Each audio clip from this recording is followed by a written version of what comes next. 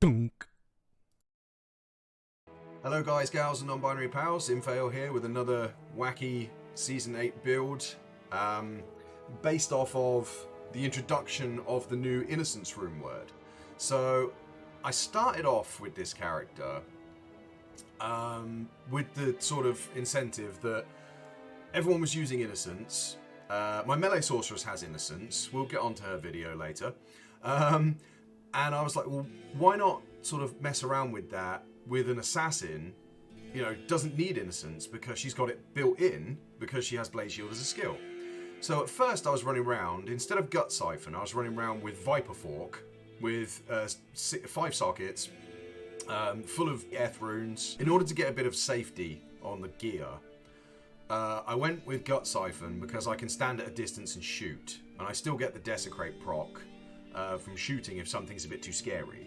Because I have to stand up close with the Blade Shield to proc it when I don't have a shield or any blocking. You know, it's a crossbow, so, you know, it's a bit of a gamble. You take a few hits, but it, you know, gets the adrenaline pumping.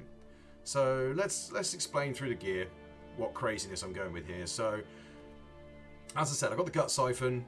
You got the minus 100% to target's defense from the 4 Earth runes, but you're basically just trying to proc the Desecrate. Anything else is a bonus. Yeah.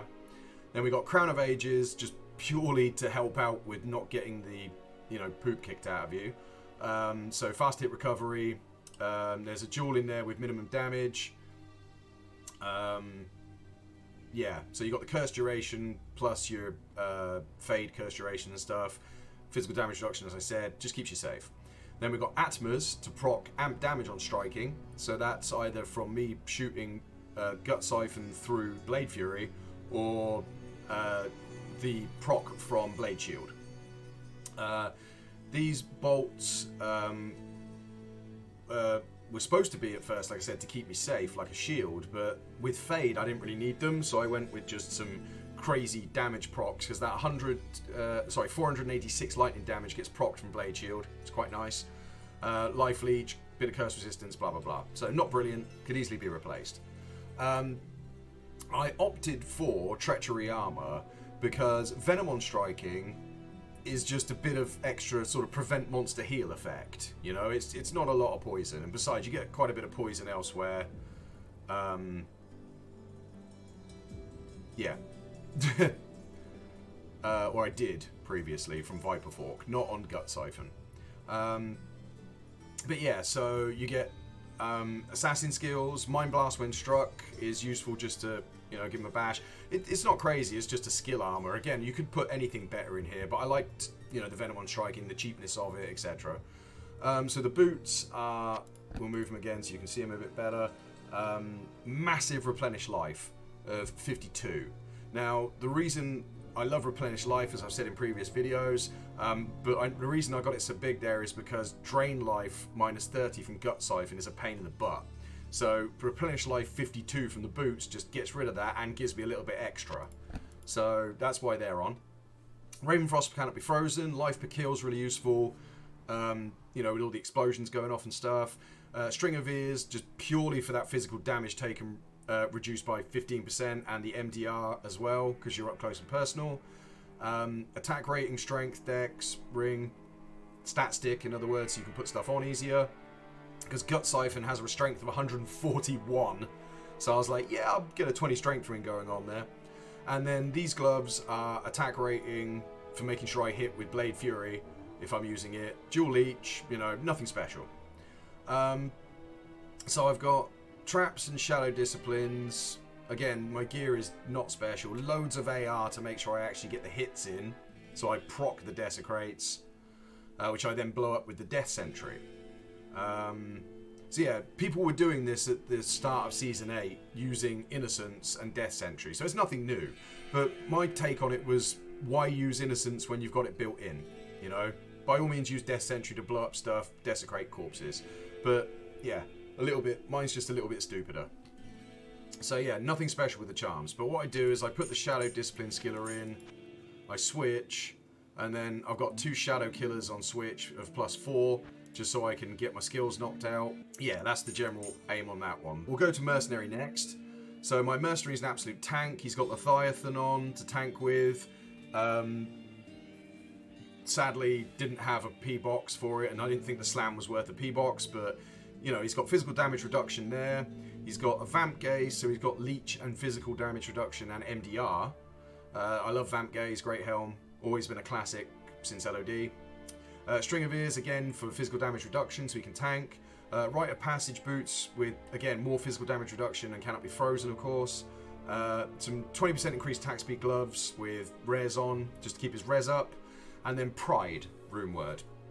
So the concentration aura helps both of us with our damages. The firewall, when struck, can actually kick off in certain ways, which is hilarious. Like, sometimes I will use Dragonflight to try and position near to that firewall as I can, because, as you guys may or may not know, I love firewall on a sorceress. It's an absolute crazy skill. You melt everything with it, as long as you can get in a position to use it properly.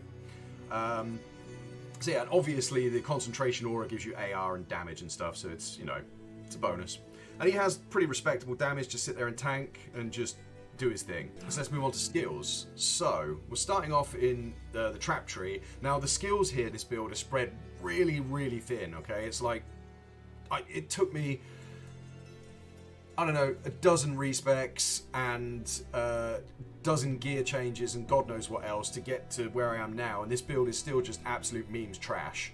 You know, it's slow, but it's so fun. You know, I enjoy fun, so that's what I'm standing by it. So you've got Death Sentry maxed, of course, and when you proc the Blade Shield, you blow up the corpses. I have one accidental point too many in Blade Shield, because I got it to deal damage every 0.4 seconds, because there was too many point investment after that to get it to 0.3. I synergized that with Blade Fury, so you get decent damage from the Blade Shield, and you actually use Blade Fury to proc at a distance when you're not feeling too safe. You synergize Death Sentry to get its damage up as much as possible by Fire Blast, Wake of Inferno. In my case, it's Wake of Inferno, because that's actually useful to lay down against bosses. Because when you're fighting bosses, you don't get as many corpses to do all the chaining of Death Sentries. So laying down a Wake of Inferno, obviously, as you can see, it's pathetic damage there, you know, not even 2k. But, you know, shoots 5 times, lay 5 traps, do you know what I mean? By the time that adds up, it's not unreasonable for a free skill that we don't really use. Yeah. So Shadow Disciplines, I went round and round the gatepost, back and forth with Max Venom, synergizing with Cobra, you know, all kinds of other stuff, and I just couldn't get there.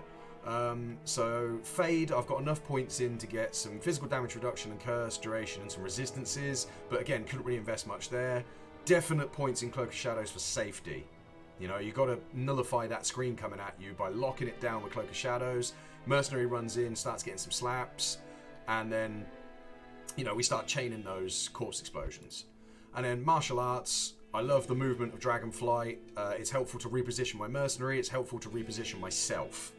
So again, we teleport around a bit in combat, and yeah, that's your lot there. I did also toy around with Shadow Warriors and Shadow Masters, but you don't have enough points to invest in them to make them a solid enough tank without them just flopping over all the time on you. And yeah, not worth it. Better off having Mr. Tanky Big Mercenary here to help out. So yeah, that's the skills. We'll go test the gameplay now then. Again, it's ridiculous what we're doing here. It's just supposed to be ridiculous fun, right? So you go onto your weapon switch. I've got a Shadow Disciplines amulet, as I said, to make everything as powerful as possible. I put an extra Shadow Disciplines in. So then I cast my Fade. And then I switch back to traps, and the Assassin skill amulet, just so I could get my Blade Shield as much as possible. Again, people with riches would have a +3 amulet there, just +3 to all skill, like a +3 Mara's, you know? And then you wouldn't have to keep faffing around like I do. And then you just pop it in, do the buffs, and then put your Atmas back on for amp. Then you switch back out, and then you put your Demon Limb on, which I've also got hotkeyed, so never mind. I keep forgetting what I'm doing here. So yeah. So now we've got some more fire damage and AR and stuff going on.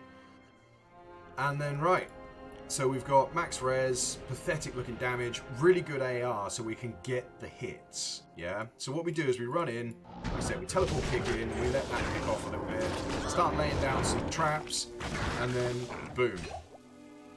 As you can see, nothing really hit me there, so I was pretty well protected.